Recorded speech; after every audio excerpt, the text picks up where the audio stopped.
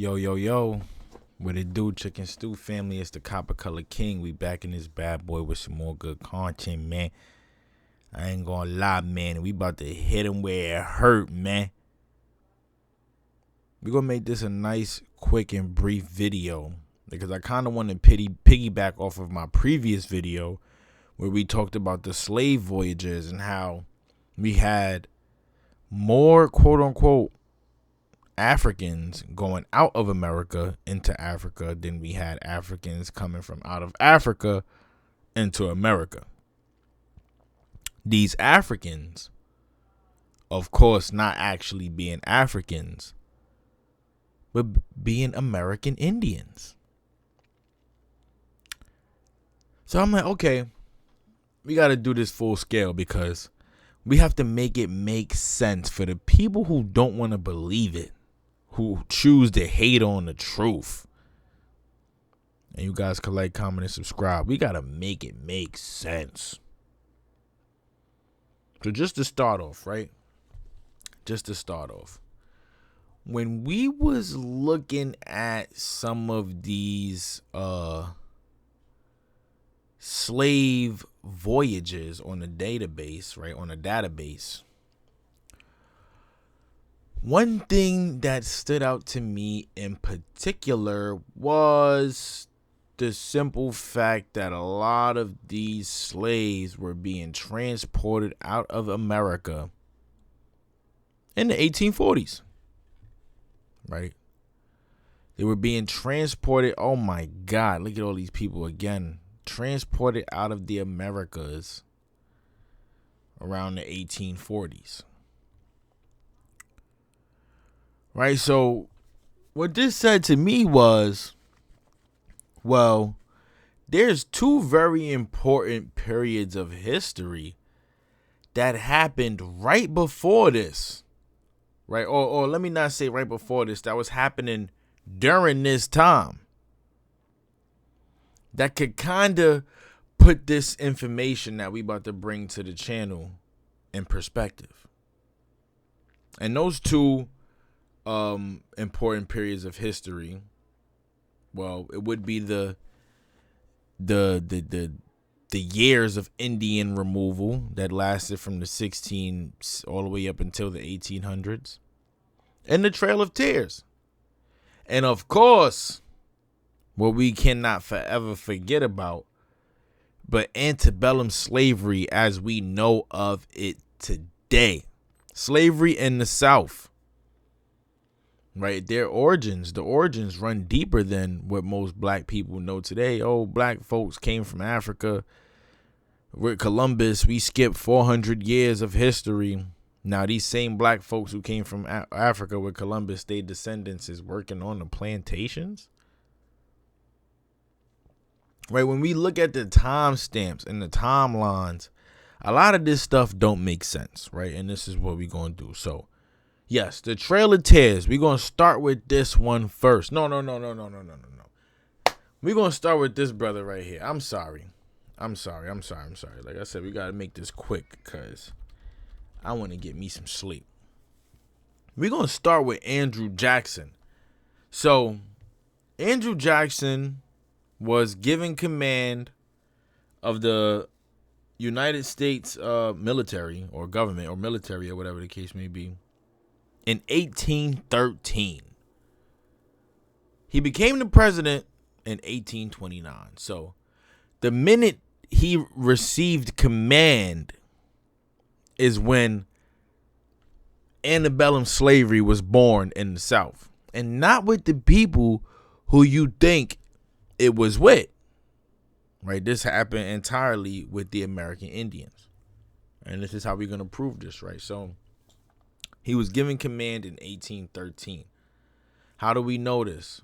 Well, when we read the book, Indian Races of North and South America, we learn that, command was given to him 1813. We go to the top of the page, most important date, 1813, right there. But what it says is,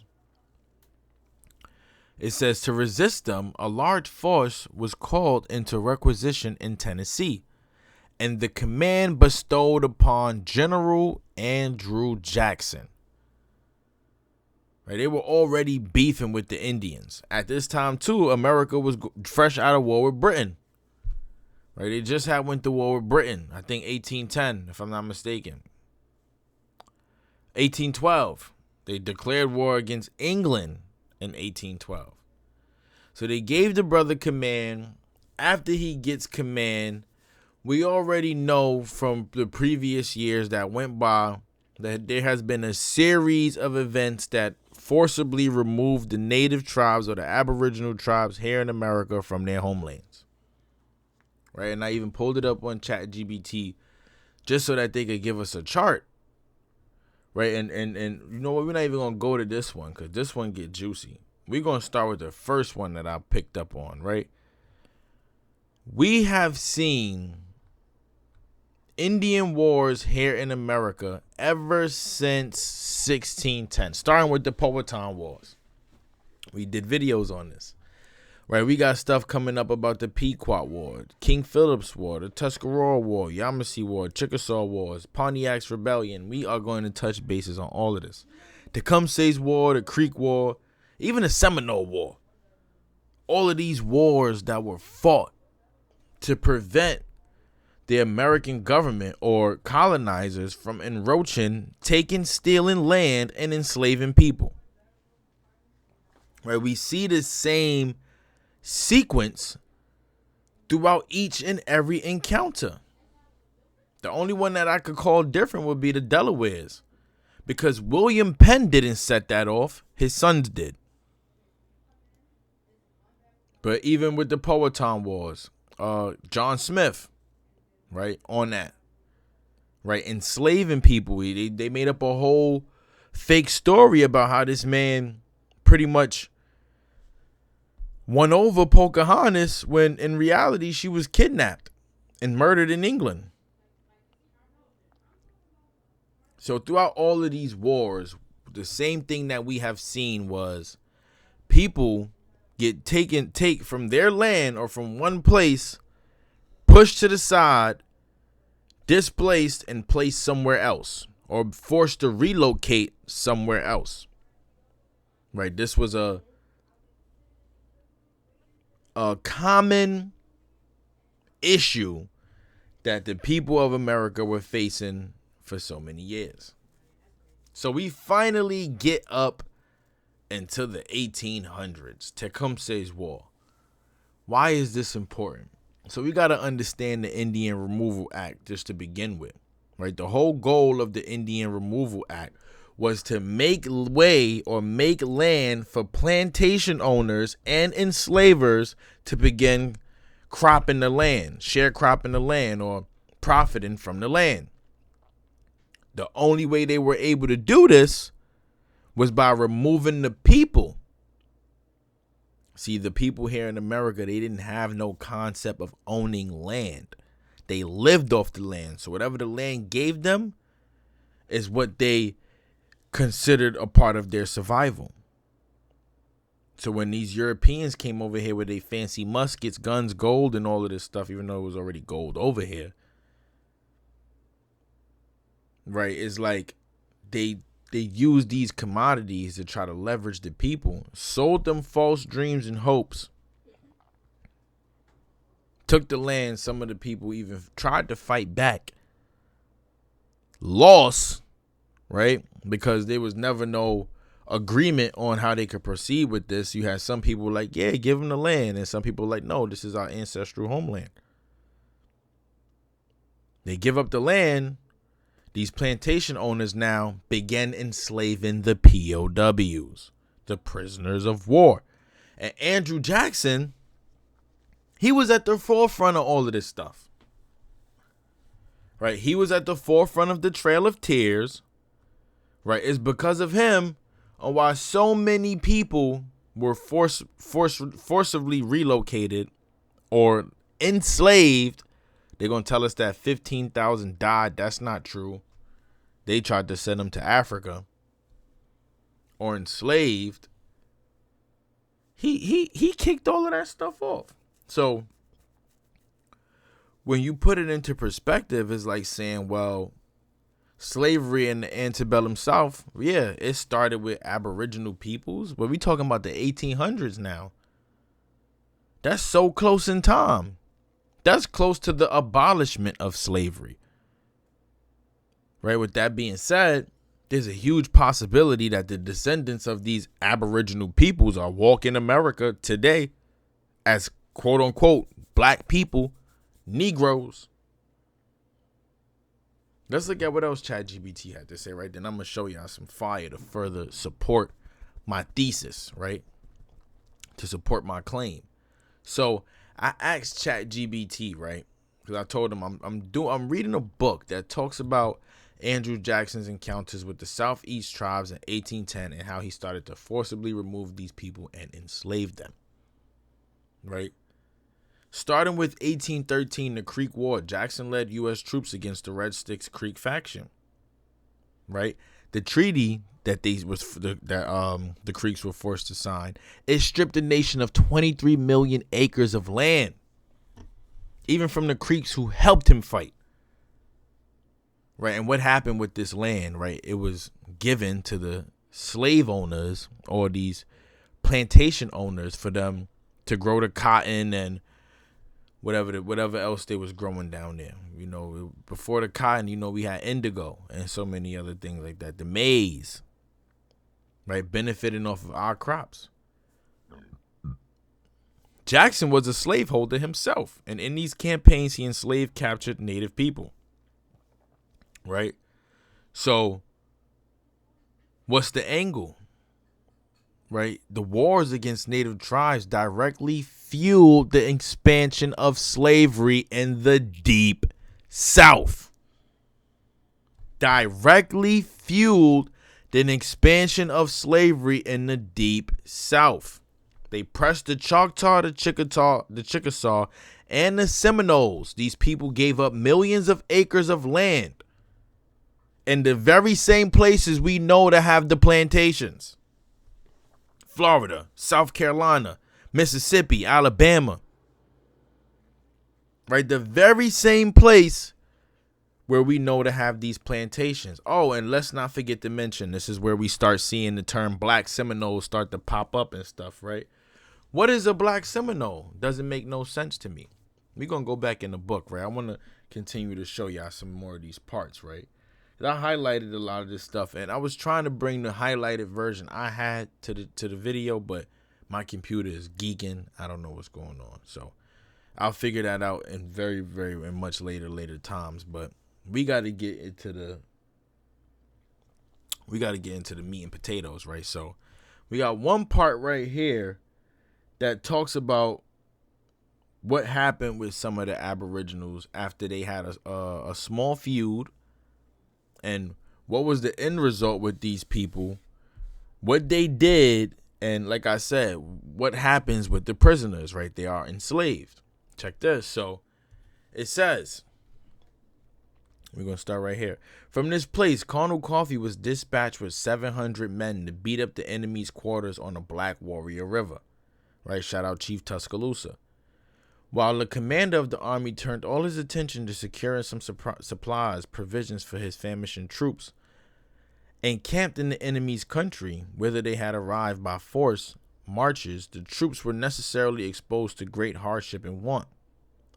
While awaiting supplies at this encampment, General Jackson had an interview with Shalokta, a son of Sinebi, who had come to request assistance for his father and friends, blockaded in their fort by the hostile Creeks, right? Indian on Indian warfare, right? This is how they always took advantage of the people, by using these divide and conquer tactics, right? Let's continue though.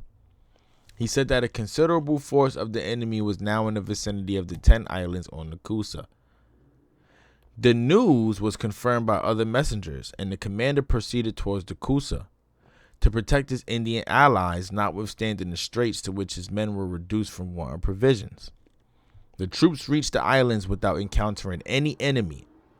On the route, Colonel Dyer was detached with 200 mounted men to fall upon Litafuchi and at the head of the Canoe Creek, a western tributary of the Coosa. He accomplished the service, destroyed the town, and brought back to the camp 29 prisoners. 29 prisoners. Right, that's example number one right there. What was happening with these POWs? Right, they were forced to work on the plantations after they cleared the land. A lot of these people were forced to work on the plantations. Giving y'all some drop. If you got family members coming from South Carolina or Georgia, anything like that in the late 1800s, they was on the plantations. And if you got a lot of them migrating west, right, to Oklahoma or Tennessee or Mississippi or Louisiana and stuff like that, they just going back home. They going back to what they knew best. Right, they were removed. And those who were forced to work on the plantations had to stay behind. Right, this is all facts. Like, y'all can look this stuff up. Right, we got some more. What else do we see? Right, Colonel Coffee, right, another slum dog with 900 men, was promptly ordered upon the duty of engaging them. He forded the Coosa at the fish dams and, approaching the Indian camp, so disposed his forces as to partially surround it. While several companies under Captain Hammond and Lieutenant Patterson were marched in to beat up the enemy's quarters, the savages fought boldly and desperately, but were overpowered and driven into their buildings, where 186 of their number perished, fighting hand to hand. 84 women and children were taken prisoners. 84 women and children.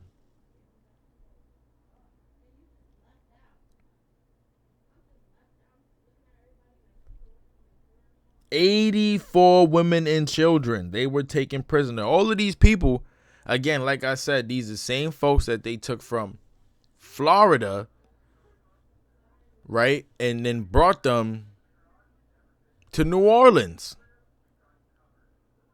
to try to send them to Sierra Leone. 1843. Okay, Trail of Tears, the 1830s.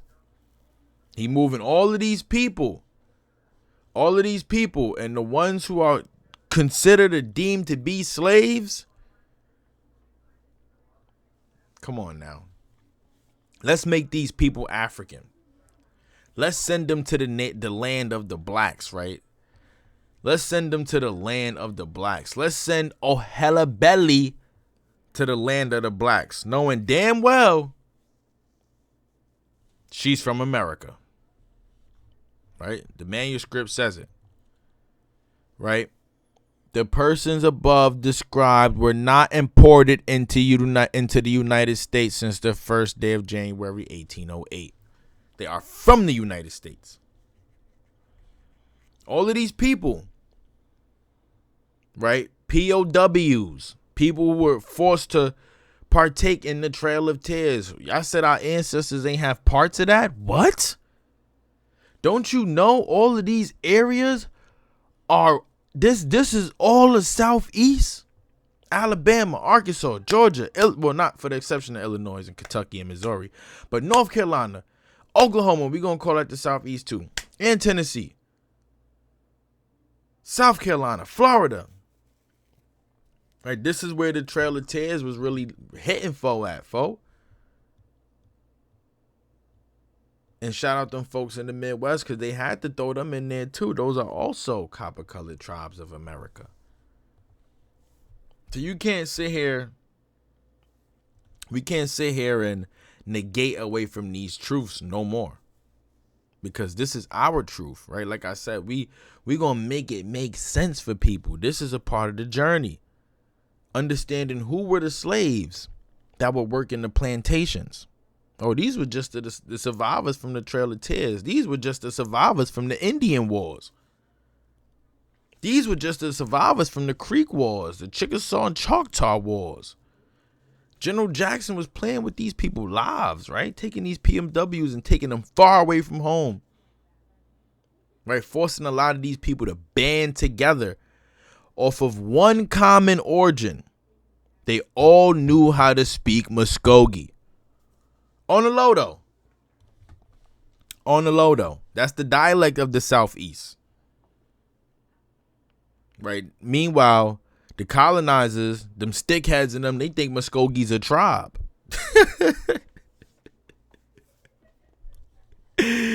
Yeah, you can't make this up. You can't make it up. Right? These were the folks, though, who were fighting in the war, right? In the Indian War. So I'm gonna show y'all some more, right? Let's go do some more real quick, right? So we're gonna try to pick this up on another page. Yeah. So, what do we have? Unfortunately, right, we're gonna start right here. Unfortunately, while these negotiations were pending, General Wright, acting under orders independent of General Jackson, attacked the towns of these Indians, destroyed many of their warriors, and carried off several hundred captives. Several hundred captives. Sheesh. The result of this Indian campaign was the entire reduction of the hostile nations. We need not recount the various battles in which they were defeated and destroyed. Yeah, we need not recount because we got them. All of these wars, even though they all apply to the same people, it was still an attack on the races of America. Like, they massacred 200 folks. Right, but there's more. There's more. There is more.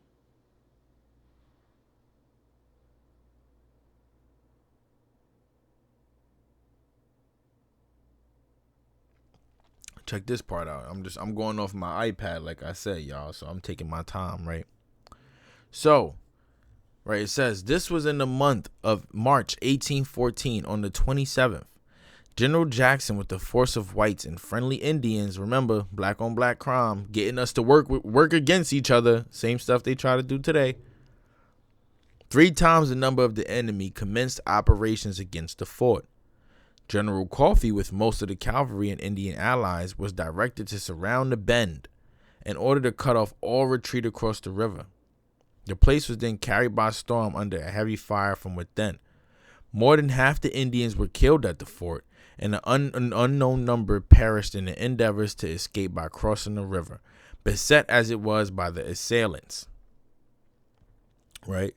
At a time when it was evident that the fortune of the day was decided, General Jackson sent a messenger with the flag of truce to invite a surrender, but from ignorance or desperation, the savages fired upon the bearer of the flag.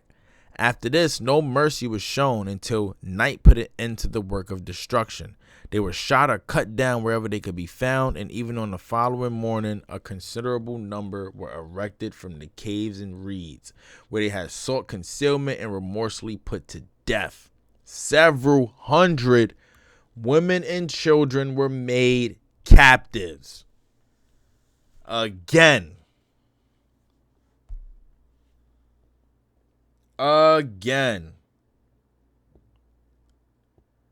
Right, and in the process of all this too,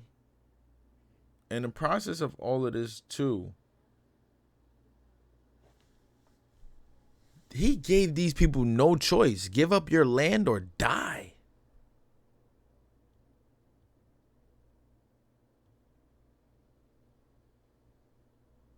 Right? Check this, right? We're going to go over 2 more parts and then we're going to conclude this, right? So, we have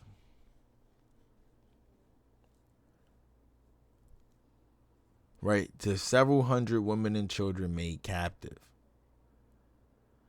When we go down, we see that Weatherford, right, a surviving Creek, right, they wanted to get up with Weatherford so bad. When I bring this to the live stream, we're going to talk about his story and stuff. We're going to talk about a lot of the big players from the tribes then, man. There's a lot of big players that they don't teach us about in them history books. We're going to talk about them, though. So, this dude Weatherford, right, he made a speech to General Jackson and them folks. And in the speech, he said, "I am in your power. Do with me as you please." They was tired of fighting. "I am a soldier. I have done the whites all the harm I could. I have fought them and fought them bravely. If I had any army I would yet fight, I would contend to the last. But I have none. My people are all gone. I can only weep over the misfortunes of my nations." On being told that he was still at liberty to depart and that no favor would be shown to him and his nations unless they should submit to whatever the terms the whites should see fit to impose, he replied, "You can safely address me in such terms now. There was a time when I could have answered you, but there was a time when I had a choice. I have none now. I have not even a hope. I could once animate my warriors to battle, but I cannot animate the dead. My warriors can no longer hear my voice. Their bones are at Talladega, Tallahatchie, and Mukfar, and Topeka. You are a brave man. I rely upon your generosity. You will exact no terms of a conquered people, but such as they should accede to. This is the last important incident of the campaign. The Indians submitted to the dictation of the whites and retired to the districts assigned to them." Not only that, he got up with the Cherokees as well. Right? He got up with the Cherokees as well. And we're going to cover this, right, in another smaller video because I don't want to pack too much into one video. I want you guys to be able to understand where I'm coming from, understand the correlations that I'm trying to make here. Right? When we understand or gain an understanding about the antebellum South and slavery in the antebellum South, we have to think about who were the people that they were enslaving. Because these people are the people that they should be talking about when we're talking about black history and slavery in the United States. What's going on with the Weatherford? We don't hear much about the Weatherfords, the Chief Tuscaloosas, right? The Attahoochee, or the Chief Red Jackets, right? Or many other proud Seminole, Creek, Choctaw, Chickasaw, Iroquois, Delaware, Shawnee, Pawnee, Illinois, Natchez, any of the warriors that did their thing for their people. Right. I am going to continue to spread the love and spread the message of those who walked this earth before us. I lost my grandmoms recently too, my very last grandmama, who sanctioned me in this shit. She sanctioned me. She told me herself, "Yes, young man, this is your history." So I got to put on now. So listen, understand where I'm coming from. Connect the dots. We got to realize that America has an entire history within itself that lies outside of this common misconception of black people being from Africa. It's not true. Ditch that theory. Get up on you some real history.